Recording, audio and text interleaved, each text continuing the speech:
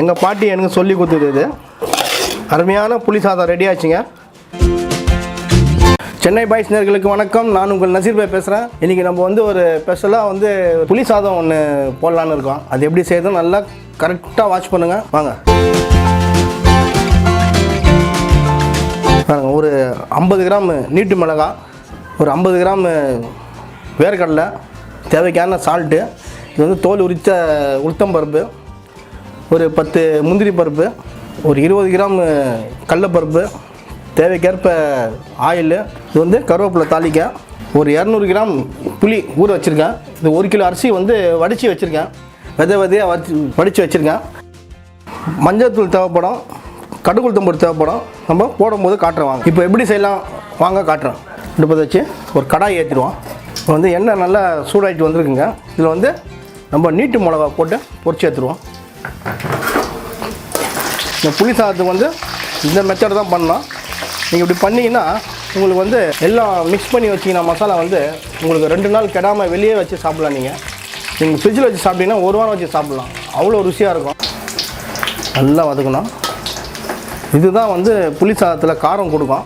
வேறு நம்ம எதுவுமே வந்து காரம் எதுவுமே நம்ம சேர்க்க மாட்டோம். இப்போ என்ன கலர் போட்டால் எந்த கலர் வந்துச்சு பாருங்கள். நல்லா அது தீஞ்ச மாதிரி வரணும். அது இப்போ தான் வந்து நல்லா ஒவ்வொரு ரைஸ்லேயும் வந்து ஏறும். அது வந்து இந்த நீட்டு மிளகா வந்து வடிகட்டி எடுத்துருவோங்க. வடிகட்டி எடுத்துருவோம். இது வந்து கடுகு உளுத்தம்பருப்பு போட்டு தாளிச்சிருவோம். அதை கடுகு உளுத்தம்பருப்பு 2 ஸ்பூன் போட்டுருவோம். கொஞ்சம் ஸ்டீம் ஸ்லோ பண்ணிக்கலாம். உளுத்தம்பருப்பு போட்டுருவோம். அதுக்கப்புறம் கடலைப்பருப்பு, அதுக்கு மேலே வந்து இந்த உரிச்சி வச்சிருந்த வேர்க்கடலைங்க அது போட்டுருவோம். நல்லா செவுக்க வரணும். நல்லா அது மேலே எல்லாமே இந்த கருவேப்பிலையை போட்டுருவோங்க. நல்லா செவுக்க வரட்டும். புளி போட வேண்டியதான். இப்போ எல்லாம் நல்லா செவுக்க வதக்கி வந்துச்சுங்க. இப்போ நம்ம வந்து இதில் வந்து முந்திரி பருப்பு போட்டுருவோங்க. முந்திரி பருப்பு போட்டு ஒரு 2 ஸ்பூன் மஞ்சத்தூள் போடுவோம். 2 ஸ்பூன் மஞ்சத்தூள், 2 ஸ்பூன் மஞ்சத்தூள் போட்டு தேவையான உப்பு ஒரு 2 ஸ்பூன் போட்டுருவோங்க. பத்தலைன்னா பார்த்து போட்டுக்கலாம். இப்போ வந்து இதில் வந்து இந்த கரைச்சி வச்சு இந்த புளி இருக்குங்க இல்லையா, அந்த புளியை போட்டுருவோங்க.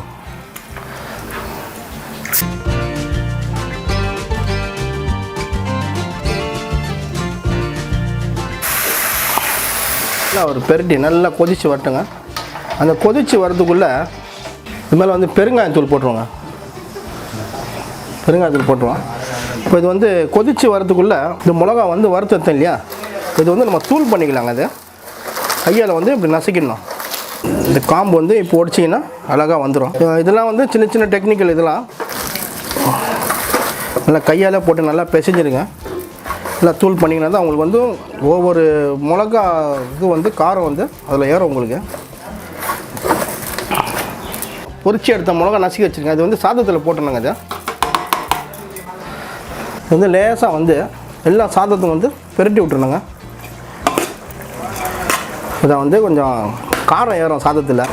நம்ம ஏற்கனவே சாதத்தில் வந்து உப்பு போட்டு தான் வடிச்சிருக்கோம். இதுலேயும் கொஞ்சம் உப்பு போட்டிருக்கோம். பாருங்கள் சாதம் என்ன கலர் வந்துச்சு பாருங்கள். இது வந்து நல்லா வற்றி வரணுங்க. அது அந்த குழம்பு எவ்வளோக்கு எவ்வளோ வற்றி வருதோ அவ்வளோக்கு எவ்வளோ டேஸ்ட்டுங்க உங்களுக்கு ரைஸில். பாருங்கள் எல்லாம் பொரித்து வெந்து நல்லா அருமையாக இருக்குங்க. அது நல்லா எல்லாமே வந்து நல்லா புளியோடு சேர்ந்து கொதித்து வரட்டும். கொதித்து வந்தோடனே இதை நம்ம ஆற விட்டு நம்ம சாதத்தில் மிக்ஸ் பண்ணி ஒரு 1 மணி நேரம் ஆற விட்டு சாப்பிட்டிங்கன்னா இந்த மசாலா வந்து இந்த ரைஸில் ஊறி நல்லாயிருக்கும். நீங்களும் உங்கள் வீட்டில் ட்ரை பண்ணி பாருங்கள். இப்போ வந்து பாருங்கள் இந்த மசாலா வந்து இந்த புளி சாதம் மசாலா வந்து ஆறிச்சு. இப்போ நம்மளுக்கு வந்து எவ்வளோ மசாலா தேவையோ இந்த சாதத்துக்கு அவ்வளோ போட்டு நம்ம பிசைஞ்சிக்கலாங்க. அதை அப்படியே போட்டு கொஞ்சம் கொஞ்சமாக போட்டு இந்த எண்ணெயோடு எடுக்கணும். அப்போ தான் சாதம் உங்களுக்கு வந்து கெடாது.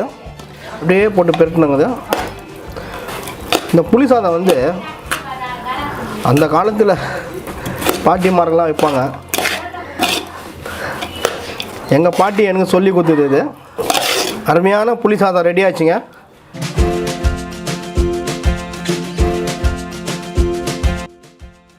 கொஞ்சம் ஆற விட்டு ரைஸில் மிக்ஸ் பண்ணால் வேறு லெவல் டேஸ்ட்டு கிடைக்கும். இதெல்லாம் வந்து அந்த காலத்து சமையல். இதெல்லாம் நீங்கள் வந்து இதே மாதிரி நான் செஞ்ச மாதிரியே நீங்கள் ஃபாலோ பண்ணுங்கள், நம்ம சேனலை சப்போர்ட் பண்ணுங்கள், சப்ஸ்கிரைப் பண்ணுங்கள். மீண்டும் சந்திப்போம்.